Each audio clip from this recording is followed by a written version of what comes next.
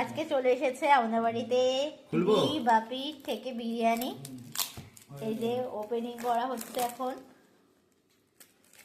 তো চলো দেখা যাক। পুরো সিল করা, সিলটায় আবার ডিবাপি লেখা। হ্যাঁ সেটা থাকবেই, এটা সিলগুলোর মধ্যে আবার ডিবাপি লেখা। হ্যাঁ। আর এখানে চাটনি রয়েছে, গ্রিন চাটনি আর সালাড। জল দাও। ওটা জল দিয়ে নাও তো, জলের বোতলটা। এটা অঙ্কিতার না? না। এই দেখো ডিবাপির বেশ লং লং রাইস।